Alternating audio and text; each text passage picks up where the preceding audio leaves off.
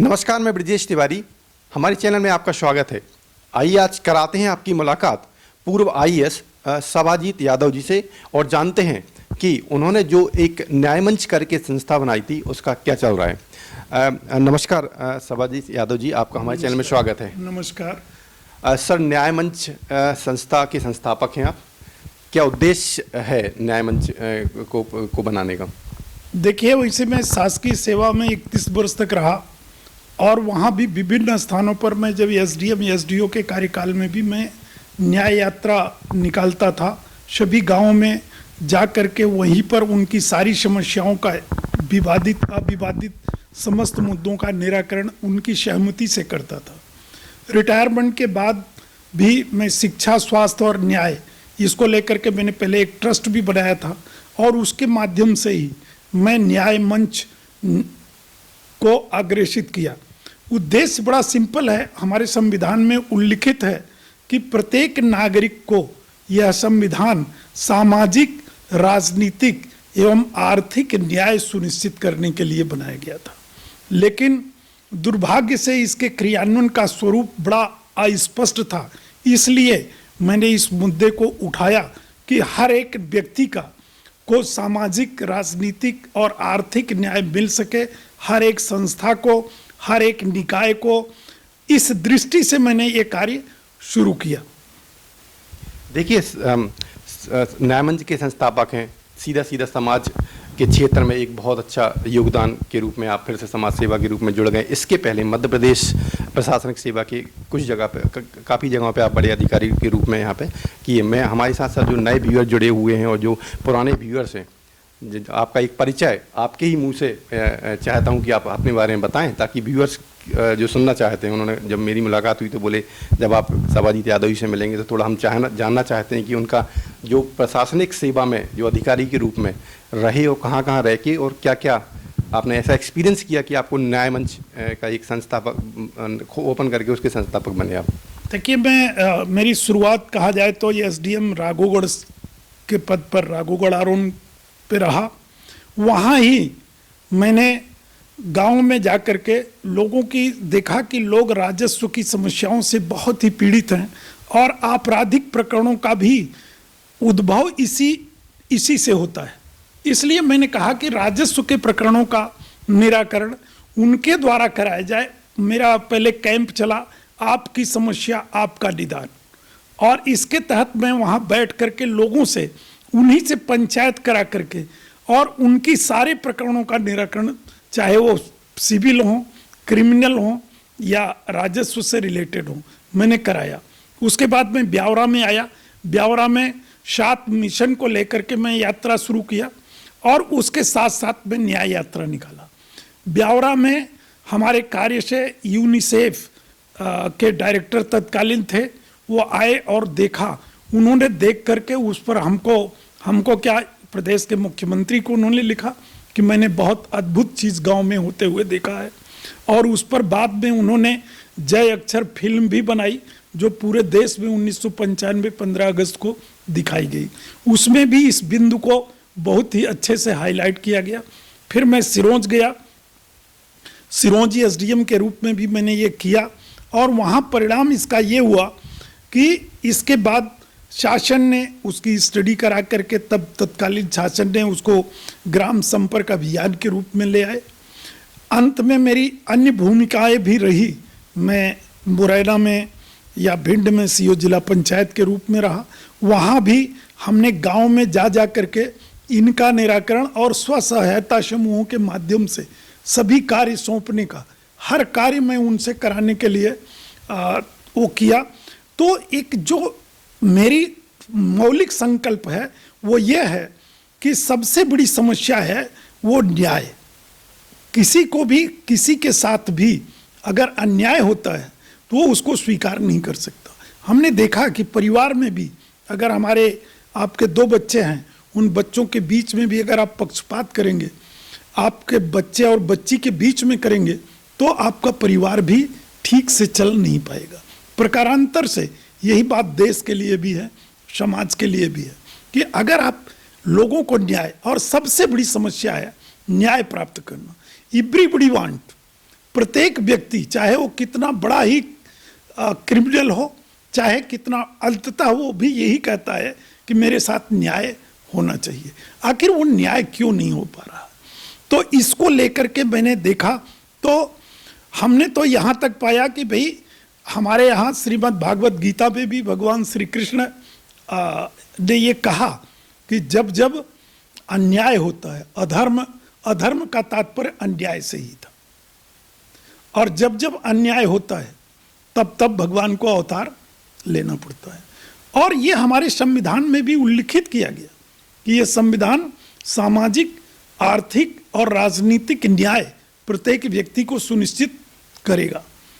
लेकिन दुर्भाग्य से स्वतंत्रता, समानता पर तो बात हुई, कोर्ट में केस भी गए, लेकिन कभी भी सामाजिक, आर्थिक और राजनीतिक न्याय के लिए कुछ भी नहीं गया। और जो लिटिगेशन है, जो मुकदमे हैं, उनमें भी न्याय की जो प्रक्रिया इतनी दोषपूर्ण होती गई, उसका इतना दुरुपयोग होने लगा कि किसी को न्याय मिलना संभव ही नहीं लगता आज की डेट में। इसलिए हमारे यहाँ सिविल के, टार्ट के केसेस नहीं होते, और जो क्रिमिनल केस होते हैं उसमें वास्तव में अगर आप सारे प्रकरणों की विवेचना करेंगे तो उसमें कहीं ना कहीं फॉल्ट सिविल या राजस्व का मिलेगा, कि कहीं ना कहीं इस गलती के कारण लोग, इस देश में बहुतायत लोग अपराधी नहीं है, और अपराधी हम उनको परिस्थितिजन्य तैयार कर देते हैं। सर, मध्य प्रदेश प्रशासनिक सेवा में हालांकि जैसा आपने बताया, आप एसडीएम रहे, जिला पंचायत सीईओ रहे, कलेक्टर भी रहे कुछ जिलों में, फिर कमिश्नर बने, ऐसा कौन सा कोई समय ऐसा आपको कोई रोचक तथ्य याद हो जब आपके मन में विचार आया कि बाद में हम अपनी फ्यूचर प्लानिंग करेंगे और हम न्याय के बारे में लोगों को उचित न्याय दिलाने के लिए इस प्रकार न्याय मंच की संस्था बन के आगे कार्य करेंगे जनता के लिए? ऐसा कुछ एक रोचक तथ्य जो हमारे व्यूअर्स कुछ इंटरेस्टिंग आपके माइंड में हो तो? देखिए, एक महत्वपूर्ण बात आपको बताऊं कि जब मैं ब्यावरा एसडीएम था, मैं वहां हर क्षेत्र में काम कर रहा था। ब्यावरा जैसी छोटी जगह पर रोगी कल्याण समिति के लिए लोगों ने उस समय 1995-96 में 40 लाख से अधिक रुपया मुझे दिया, और मैं वहां पर हॉस्पिटल का कुछ काम नहीं करा पाया। इसके पहले मेरा ट्रांसफर हो गया। जब मेरा ट्रांसफर हो गया तो मैं इसके बाद भी एक बार ब्यावरा गया, तो वहाँ से लौटा हुआ था तो मैंने डिविजनल कमिश्नर से एक सौजन्य भेंट करने गया, और उन्होंने मुझसे पूछा कहाँ से आ रहे हैं। मैंने बताया सर मैं ब्यावरा गया था। तो उन्होंने पहला क्वेश्चन ही मुझसे ये कहा कि क्यों गए थे ब्यावरा, आपका क्षेत्र सिरोंज है, आप ब्यावरा क्यों गए? मैं जब वहाँ से लौट के आया तो मेरे मन में आया कि यार, मतलब लोगों ने मेरे पर इतना विश्वास किया, और मेरे को बाद में जानकारी हुई कि उस पैसे को गोलमोल करने के लिए कई लोग प्रयास किए और उनकी डी हो गई, कुछ लोग आईएएस नहीं हो पाए, कुछ के साथ और भी प्रॉब्लम आई। तो मैंने सोचा कि यार कुछ ऐसा काम अगर मेरे पर्सनल विश्वास पर लोग करते हैं तो ऐसा कुछ न किया जाए जिससे कि मुझे हर जगह इस टाइप की स्थिति का सामना करना पड़े। तो मैंने एक ट्रस्ट की स्थापना कराई। 2003 में मैंने श्री राधा कृष्ण अक्षर विकास ट्रस्ट बनाया। मेरा उद्देश्य था, उस ट्रस्ट का उद्देश्य था कि चलो जलाएं दीप वहाँ जहाँ अभी भी अंधेरा है। तो मैं हर क्षेत्र में जहाँ पर कॉलेज नहीं थे वहाँ कॉलेज खोलने का प्रयास कराया। बाद में उसको और भी कन्वर्ट किया, स्कूल, अच्छा स्कूल खोलने का प्रयास कराया। जिन जिन जगहों पर आप सोचेंगे कि उन छोटी छोटी जगहों पर मैंने कॉलेज के लिए प्रयास किया, और कोई उसकी कमाई नहीं थी कि उसको कमाने के लिए किया जा रहा था। और उसी ट्रस्ट के उद्देश्य में हमारा शिक्षा, स्वास्थ्य और न्याय, मैं प्रत्येक यात्रा करता था तो हमारा वो नारा ही बनता था, जय अक्षर, जय स्वास्थ्य, जय न्याय। क्योंकि न्याय के प्रति मेरा कमिटमेंट प्रारंभ से था। मैं वैसे सौभाग्य से मैं लॉ का स्टूडेंट भी रहा हूँ, और मुझे प्रक्रियात्मक लॉ का इतना बोध हो गया था। मैं अपने जीवन में अगर आपको एक घटना और बताऊं, समय बहुत अधिक लगेगा, कि मैं हाई स्कूल का जब विद्यार्थी था तब से मैं मुकदमे लड़ रहा था। मेरे यहाँ चकबंदी हो रही थी, और जब मैं ग्रेजुएशन करने इलाहाबाद आया तो यहाँ से मैं जाता था जौनपुर मुकदमे लड़ने। और एक दिन मैं एक वकील को एक मुवक्किल से बात करते देखा कि वो मुवक्किल कह रहा था कि साहब मेरे पास केवल 2 रुपया है, और वकील कह रहा था मुझे 2 ही रुपया दे दो। उस दिन मेरे को लगा कि यार जीवन में कुछ भी करूंगा लेकिन ला नहीं करूंगा। और वास्तव में इलाहाबाद यूनिवर्सिटी में वापस आकर के मैंने कहा कि मैं एमए करूंगा, ला छोड़ दिया। बाद में हमने फिर ला किया। तो मेरे को ये लगा, मैं एडवोकेट्स को भी, हम शहडोल में गए तो वहाँ हमें 2 डिवीज़न में एडवोकेट्स मिले, सिविल के अलग, रेवा राजस्व के अलग। मैंने उनके बीच भी चर्चा की कि अब आइए इस कार्य को दूसरे तक फैलाइए।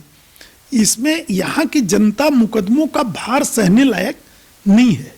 ये जनता, मैं जहाँ से ये काम शुरू किया हूँ, आप सोचिए कि एक गांव था राघोगढ़ तहसील का टोंडरा, और आप देखेंगे अगर आप निकालें तो मीडिया में छाया हुआ था।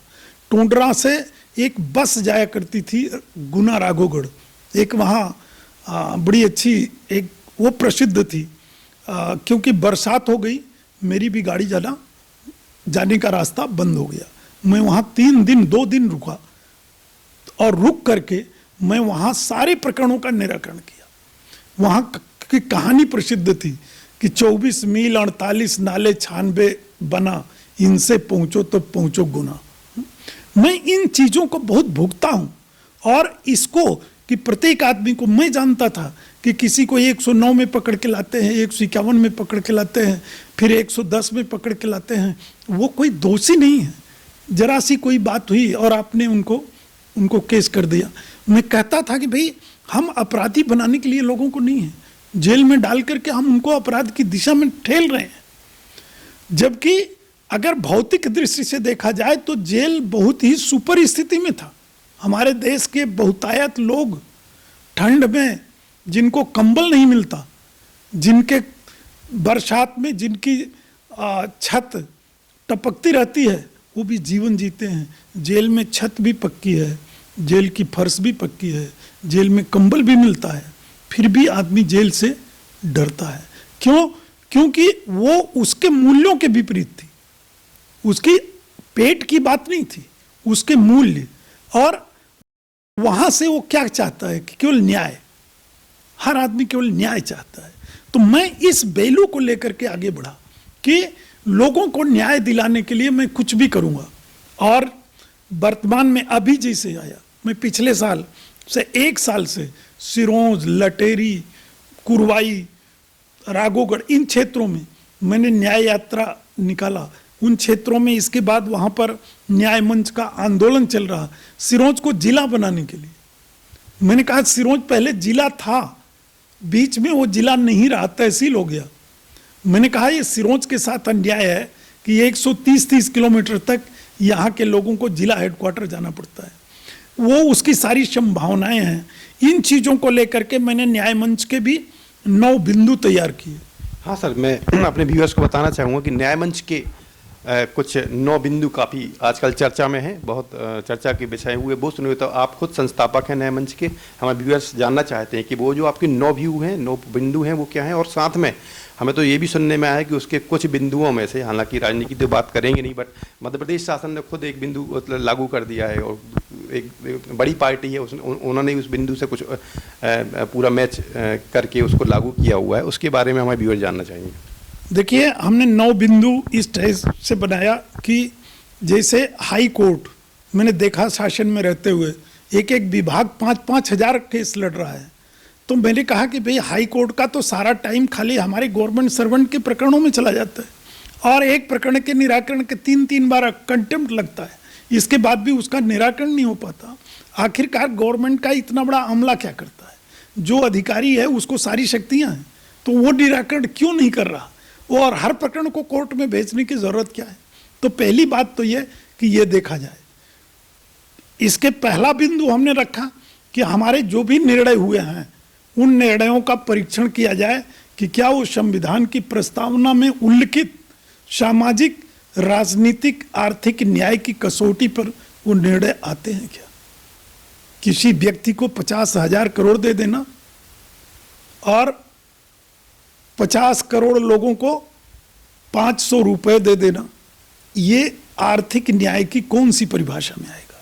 हमारे प्रत्येक निर्णय का, हम संविधान से देश चल रहा है तो इसका परीक्षण किया जाना चाहिए। इसी प्रकार से हमने कहा कि गवर्नमेंट सर्वेंट के मुकदमे के लिए हाई कोर्ट नहीं बना है।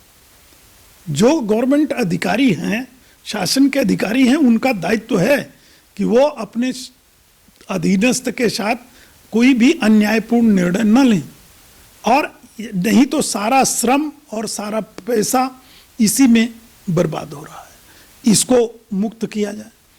तीसरा हमारा बिंदु था कि गौशालाओं से गाय नहीं संरक्षित हो सकती। गौशालाओं में गाय इतनी दर्दनाक मौत को प्राप्त हो रही है। आप गाय को अगर बचाना चाहते हैं तो गाय को पालने वालों को दीजिए। उतने पैसे में ही लोगों को गांव में उतना पैसा दे दीजिए। प्रत्येक व्यक्ति अगर 10 गाय 15 गाय, पहले भी हुआ करते थे, गांव में चरवाहा होते थे, वो दूसरों की गाय को भी चराते थे, खिलाते थे। ऐसा आप क्यों नहीं कर सकते? लोगों को रोजगार भी मिलेगा। हाँ? गौशाला में गाय नहीं पल सकती, ये मेरी अपनी सोच है और प्रत्येक गांव से जुड़ी हुई सोच है। और इसके बिंदु हैं कि हमारे जो ये जिला और तहसील, इनकी सीमाओं का पुनर्गठन, पुनर्निर्धारण होना चाहिए। एक जिले के पास दूसरे जिले की सीमा लगी हुई है और वो आदमी, आप सोचिए कि कितना शासन का भी, व्यवस्था का भी कितना अपव्यय होता है कि एक आदमी शहडोल की सीमा से लगा हुआ आदमी जो 2 किलोमीटर पे शहडोल में पहुंच सकता है, उसको 40 किलोमीटर उमरिया जाना पड़ता है।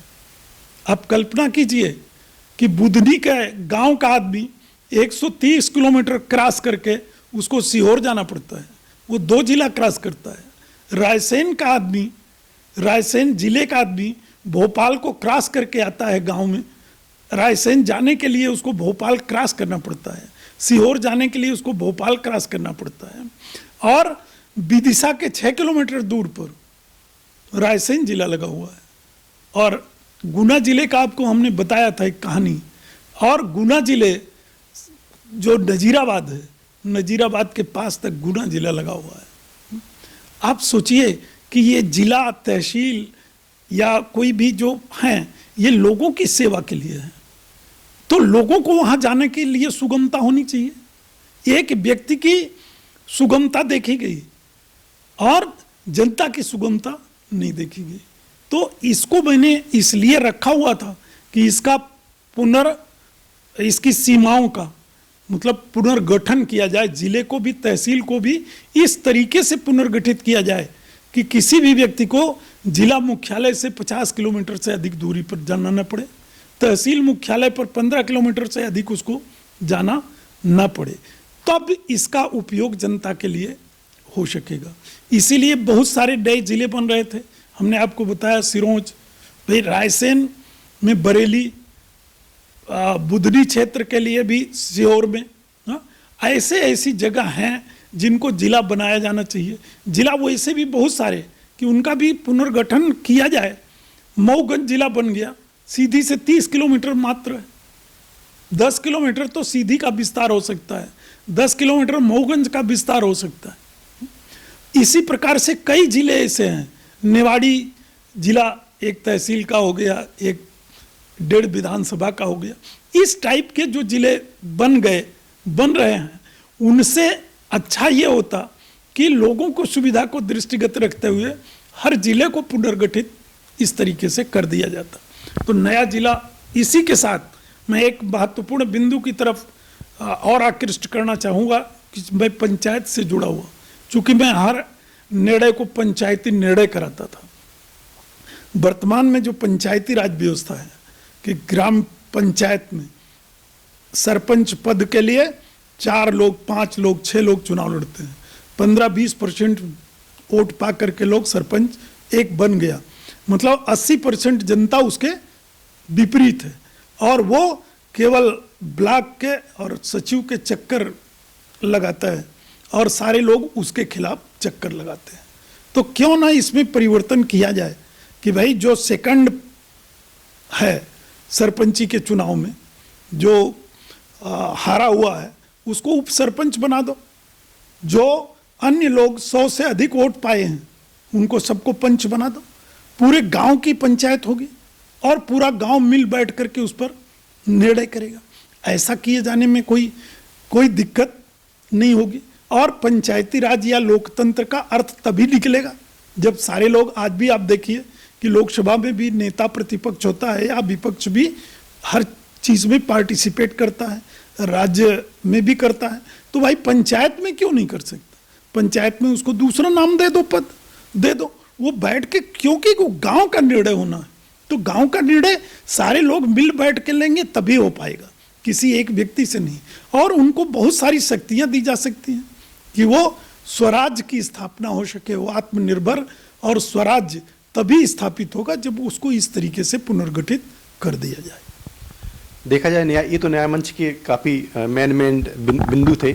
आपके न्याय मंच के वो बिंदु पे के बारे में चर्चा करना चाहेंगे जो अभी अभी मध्य प्रदेश शासन में, हालांकि जो आपने सीमांकन की बात की, अभी अभी मध्य प्रदेश के जो मुख्यमंत्री मोहन यादव जी, उन्होंने खुद ही शायद कुछ लागू किया है, लगातार चल रहा है चर्चे में। वो कौन सा बिंदु है? नहीं, वो यही था कि सीमाओं का पुनर्गठन माननीय मुख्यमंत्री जी ने, मैं उनको बहुत बहुत धन्यवाद दूंगा न्याय मंच की तरफ से, हमारे सारे साथियों की तरफ से, कि उन्होंने लोगों की इस पीड़ा को समझा। और एक जगह कहीं पर शायद खरगोन में वो मीटिंग, संभागीय मुख्यालय पे कहीं मीटिंग में गए थे, तो उन्होंने इस चीज़ को समझा और उन्होंने तुरंत वहीं से आदेश किया कि भाई ये सबका पुनर्गठन। उन्होंने, शायद मैंने पेपर में तो ये भी पढ़ा कि बड़वानी के पास धार जिला लगा हुआ था, उन्होंने कहा भाई ये 6 किलोमीटर पे धार है, हाँ, और 6 किलोमीटर यहाँ से बड़वानी है, इन लोगों को धार जिला जाना पड़ता है। तो मुझे लगा कि वास्तव में उन्होंने संवेदनशीलता की दिशा में बहुत बड़ा कदम ये उठाया। उन्होंने वहीं घोषित किया कि तहसील का, जिले का, संभाग का, थाने का, सबका पुनर्गठन किया जाए और वो जनता के हित में किया जाए, जनहितैषी बने।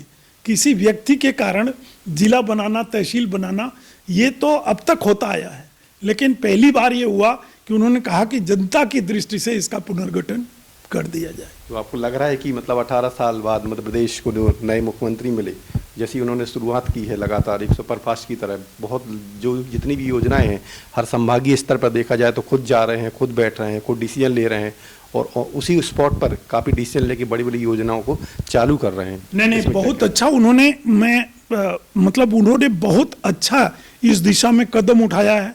एक सामान्य व्यक्ति की भी इज्जत का ध्यान रखते हुए उन्होंने कुछ निर्णय लिया। ये सारे निर्णय जनता को टच करने वाले हैं। जनता उनके प्रति निश्चित रूप से बहुत बहुत आभार व्यक्त कर रही है और उसको, जनता को इससे बहुत बड़ी खुशी भी मिल रही है। मैं हमेशा कहा कि विकास का विरोधी कोई नहीं है, लेकिन कोई भी विकास तनावग्रस्त व्यक्ति के लिए कोई अर्थ नहीं रखता। जो आदमी तनाव में, मैं कहता था शुरू में भी कि जो आदमी पेशी पे जा रहा हो उसको ये पता नहीं चलता कि रोड डामर की है कि रोड जो है कंकड़ पत्थर की है। वो उसको ये दिखता ही नहीं, उसको खाली कोर्ट दिखती है, उसको पुलिस दिखती है, उसको थाना दिखता है। तो ये बहुत बड़ी संवेदनशीलता उन्होंने प्रदर्शित की है और लोगों को मतलब इस दिशा में। दूसरी बात, आपने हमसे जो पूछा था, तो पार्टी ने, आप स्वयं जानते होंगे कि अभी इंडियन नेशनल कांग्रेस ने राहुल गांधी की जो यात्रा चलती थी, भारत जोड़ो यात्रा, पहले उसका नाम भारत न्याय यात्रा किया। और मैंने तो टीवी पर समाचार भी देखा कि उन्होंने उस सामाजिक, राजनीतिक और आर्थिक न्याय को लेकर के अपनी यात्रा का मूल मकसद बताया कि ये यात्रा सामाजिक, राजनीतिक एवं आर्थिक न्याय, ये बिंदु बहुत बड़ा है, क्योंकि सामाजिक न्याय, राजनीतिक न्याय और आर्थिक न्याय, इस पर अभी बहुत चर्चा ही नहीं हुई। अगर किसी से पूछा जाए तो इसके बारे में शायद ही कुछ बात बता पाएगा कि राजनीतिक न्याय क्या है। क्या राजनीतिक रूप से कुछ लोगों को प्रतिनिधित्व दे देना राजनीतिक न्याय है? आर्थिक न्याय क्या है? और हर नागरिक के साथ आर्थिक न्याय हो, इसका क्या तात्पर्य है? सामाजिक न्याय अभी बहुत, उसका बहुत सामान्यीकरण है। जो लोग कहते हैं कि जाति जनगणना करा दो, जाति जनगणना से सामाजिक न्याय की प्राप्ति नहीं होगी। हाँ, उस दिशा में एक साधन हो सकती है जातीय जनगणना कि हम समाज हमारा कैसा है, हम इसको जान करके सामाजिक न्याय की अवधारणा को पुष्ट कर सकते हैं। और इन सब चीजों से मैं कह रहा हूं कि जिस दिन हम सामाजिक, राजनीतिक और आर्थिक न्याय की बात करने लगेंगे, उस दिन से यहां से जातिवाद, संप्रदायवाद, ऐसी बहुत सारी चीजें जो हैं वो खत्म हो जाएंगी। ये थे आपके न्याय मंच के पूरे बिंदु जो कि आपने बिल्कुल पॉइंट टू पॉइंट हमारे व्यूअर को लगातार बताए। अब ये भी सुनने में आया है कि न्याय मंच के संस्थापक, आपकी पूरी टीम, जितने सपोर्टर्स हैं, एक चालू करने जो न्याय यात्रा आपकी कुछ चालू होने वाली है, उसके बारे में व्यूअर जानना चाहते हैं कि उसका उद्देश्य क्या है। क्या कहीं ना कहीं न्याय मंच का कनेक्शन बुंदेलखंड एरिया से है, या बुंदेलखंड के बारे में आप क्या सोचते हैं? देखिए, बुंदेलखंड से नहीं, मेरा तो कनेक्शन पूरा देश से है, विश्व से है, हर समाज से है। मैं हर जगह के लिए ये कहता हूँ कि भाई न्याय सबके साथ होना चाहिए। बुंदेलखंड भी हमारे से जुड़ा हुआ था। बुंदेलखंड को हमने बहुत अच्छे से देखा है। हमारी संभवतः मेरी पदस्थापना कभी बुंदेलखंड में रही नहीं, लेकिन मैंने बहुत नज़दीक से बुंदेलखंड को देखा है और मेरे को लगता है कि बुंदेलखंड के साथ बड़ा अन्याय हुआ। बुंदेलखंड पता नहीं किन परिस्थितियों में विभाजित करके उत्तर प्रदेश और मध्य प्रदेश में किया गया। मध्य प्रदेश में भी आने के पहले आधा बुंदेलखंड विंध्य क्षेत्र में गया, दतिया से लेकर के मतलब पन्ना तक बुंदेलखंड का एरिया कुछ दिन विंध्य से शासित होता रहा और उत्तर प्रदेश का एरिया आधा बुंदेलखंड उसमें चला गया। बुंदेलखंड में भी मैं वही कहूँगा कि बुंदेलखंड में राजनीतिक, सामाजिक और आर्थिक तीनों दृष्टियों से अन्याय होता रहा। ठीक है, बीच बीच में कुछ कुछ प्रयास हुए।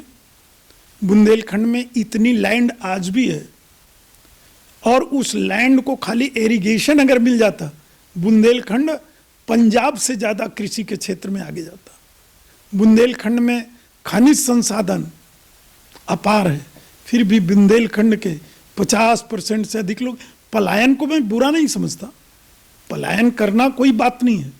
अर्थ के लिए हमेशा लोग एक क्षेत्र से दूसरे क्षेत्र में जाते रहे, लेकिन मतलब आप अपनी योग्यता पर, क्षमता पर लोग जाते हैं, आज भी जाते हैं। इस देश का आदमी अमेरिका में जाता है, इंग्लैंड में जाता है, वो पलायन नहीं होता, लेकिन मजबूरी में केवल भूख के लिए अगर उसको कहीं जाना पड़ता है तो वो पलायन है। और उस पलायन से बुंदेलखंड को मुक्ति मिलनी चाहिए, जिसके पास इतने प्राकृतिक संसाधन है कि उसके साथ तो मैं कहूँगा कि प्राकृतिक रूप से भी अन्याय, वहाँ प्राकृतिक न्याय का सिद्धांत ही खत्म हो गया, उसके साथ हर स्तर पर अन्याय होता रहा। तो न्याय मंच की जो आपकी यात्रा है, मैं व्यूअर जानना चाहेंगे कि मतलब ऐसा कहाँ से शुरुआत होगी, क्या डेट्स हैं, कौन कौन लोग आपसे जुड़े हुए हैं? देखिए, बुंदेलखंड की मांग करने वाले सारे संगठन भी से मैं अपेक्षा करता हूँ, अपील करता हूँ कि वो भी साथ दें। जनता की डिमांड है और मैं 15 जनवरी से, संभवतः 15 जनवरी से हमारी यात्रा दतिया जिले से शुरू होगी और दतिया से झांसी, झांसी से निवाड़ी, निवाड़ी से टीकमगढ़, टीकमगढ़ से ललितपुर, ललितपुर से सागर, सागर से दमोह, फिर पन्ना और इसके बाद छतरपुर, छतरपुर से महोबा, महोबा से हमीरपुर और इस प्रकार से चित्रकूट, बांदा, बांदा और चित्रकूट जा कर के हम उस यात्रा का वो करेंगे। और इसके बाद वहाँ हमारी तो एक यात्रा होगी, न्याय यात्रा होगी बुंदेलखंड को लेकर के। अन्य सारे बिंदु भी हमारे जो 9 सूत्र हैं न्याय मंच के, वो भी साथ में रहेंगे। इसके अलावा हम बुंदेलखंड की मांग को प्रथम दृष्टया उसको सबसे पहले स्थान पर रख करके उसी के बैनर तले हम वो यात्रा शुरू करने जा रहे हैं। और लोगों से मेरी अपेक्षा है कि देखिए, उत्तर प्रदेश तो शासन ने बहुत पहले, उत्तर प्रदेश की विधानसभा ने बुंदेलखंड के राज्य के निर्माण के लिए एक प्रस्ताव भी पारित कर चुकी थी और हमारे मध्य प्रदेश की पूर्व मुख्यमंत्री जब वो झांसी से चुनाव लड़ रही थी, तो माननीय अपना उमा भारती जी, उन्होंने भी इसके निर्माण के लिए काफ़ी वो किया था, लोगों को आश्वस्त भी किया था।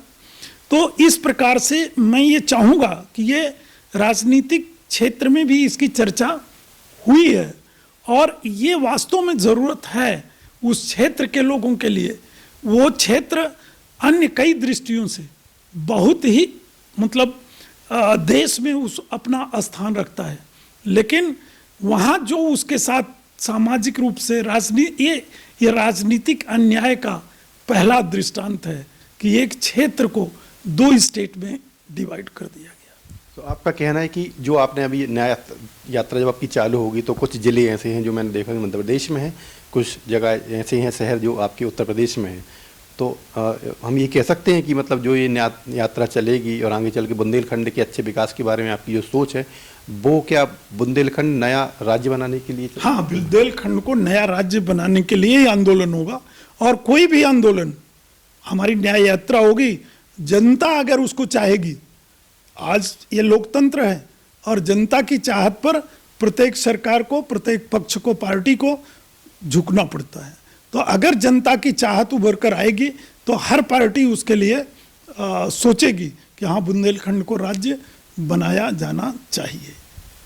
धन्यवाद बात करने के लिए। तो ये थे हमारे साथ पूर्व आईएएस सवाजीत यादव जी भोपाल से, जिन्होंने जो कि न्याय मंच के भी संस्थापक हैं, समाज के लिए बहुत कुछ करने का मन में लेके चले हुए हैं, और अभी उनकी न्याय यात्रा 9 तारीख से चालू हो रही है, जो कि बुंदेलखंड को स्पेशली एक राज्य का दर्जा दिलाने की पूरी तैयारी में, कोशिश में लगे हुए हैं। हमारे कैमरे पर बने रहिए, हम इसी प्रकार और भी कुछ शख्सियत से आपकी लगातार बात कराते रहेंगे। मैं कैमरामैन मोहित के साथ ब्रजेश तिवारी, भोपाल, मध्य प्रदेश।